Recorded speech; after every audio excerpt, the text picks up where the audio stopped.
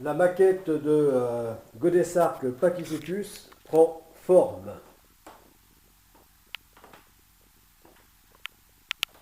Voilà, donc là on la voit avec sa silhouette définitive et son gréement. Donc gréement identique au modèle d'origine, identique à celui donc dessiné par l'architecte naval, donc concepteur de ces plans, mais à la différence que eh bien, plutôt que de poser un mât normal, un mât monopode, eh bien, il est équipé d'un mât bipode, doté d'un mât bipode. Voilà.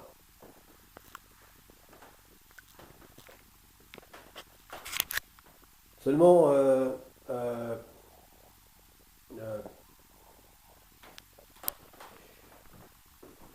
j'ai laissé tomber donc l'option donc bah, d'opter toujours pour le même gréement, c'est-à-dire toujours celui de sloop avec foc largable ou donc de cotre. Mais donc les plans donc les, euh, les plans de voilure de gréement donc proposés par l'architecte naval de ce modèle. Voilà. Alors donc au départ je pensais mettre donc le Mabipod à seulement 10 mètres. Voilà, comme ici. Seulement 10 mètres. Seulement l'inconvénient c'est que ça me faisait perdre beaucoup de surface de toile. Voilà. Ce qui ne me convenait pas. Voilà, puisque je tiens à ce que euh, Godesarc Pachycetus reste un véritable voilier, donc qui garde sa puissance vélique. Donc, euh, donc une surface de toile correcte. Voilà, donc le mât, eh bien finalement, donc même en tant que mavipode, eh bien reste long de, enfin je le porte à comme le mât du plan d'origine, le mât normal, classique, hein, monopode avec deux étages de barre de flèche, eh bien, donc mesure 12 mètres 20, et bien là, le mât bipode, je, euh,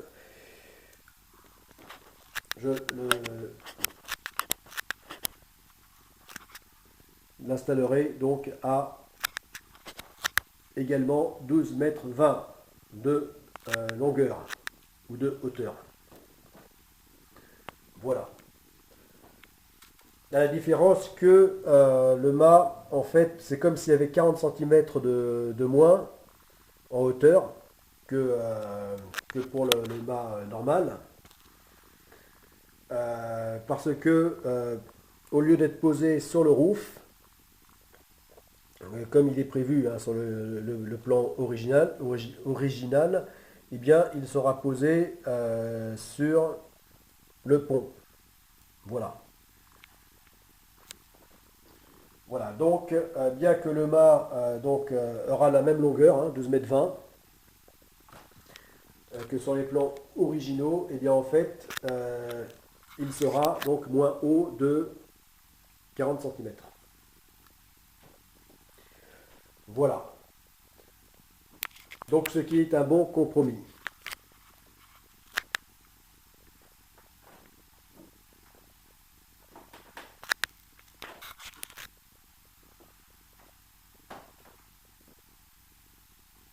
Voilà, ce qui est un bon compromis. Parce que donc je raccourcis un peu le mât, donc abaisse un peu le centre de gravité, ce qui est bon pour donc le dériveur intégral, sans pour autant pénaliser la surface de toile, trop la réduire. Voilà. Donc là, la surface de voilure sera quasiment identique donc à celle des plans d'origine.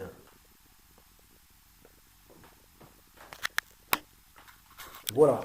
Donc avec ici donc une baume, pareil, hein, de même longueur que sur le plan d'origine. Voilà.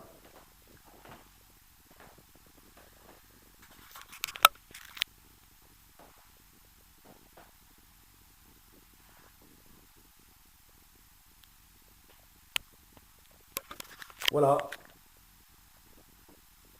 Donc là, ainsi, on se fait une bonne idée de ce à quoi ressemblera vraiment le petit voilier océanique de la première phase du projet Godesarc. Voilà, avec comme je l'avais déjà annoncé, eh bien avec l'allongement du roof par l'avant, ici, et l'allongement du cockpit par l'arrière. Voilà. Donc ainsi, obtenir un vaste cockpit afin qu'il soit sécurisant.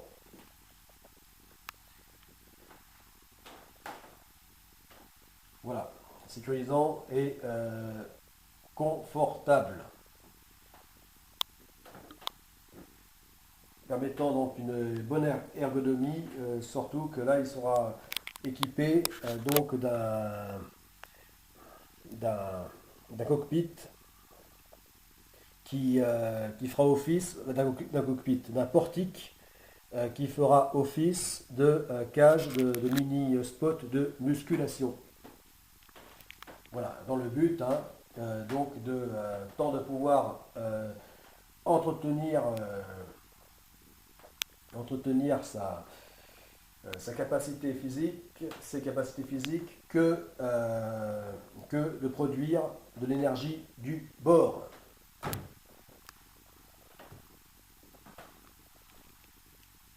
Donc en la convertissant en électricité. Voilà.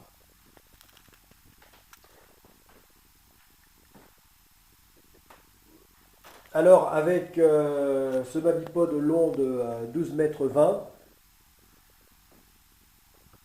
et donc ça dérive en position basse, et bien la hauteur totale du voilier, donc du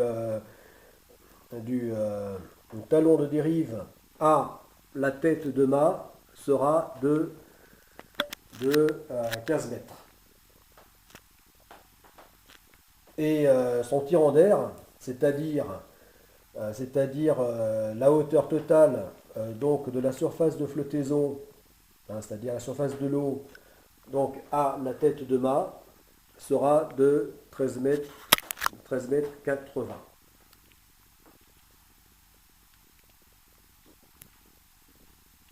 Ce qui n'est pas énorme aujourd'hui pour un voilier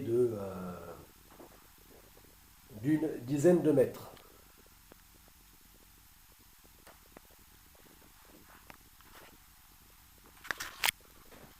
Alors on voit derrière donc la maquette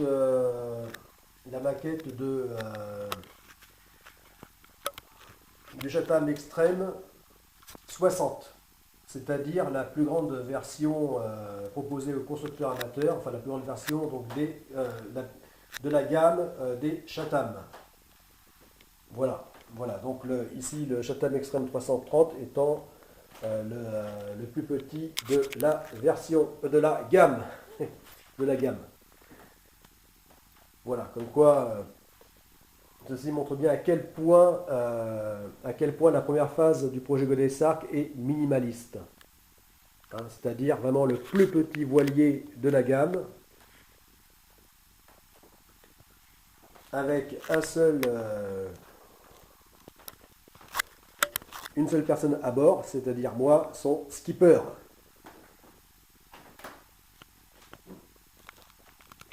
Voilà. Donc le minimalisme pour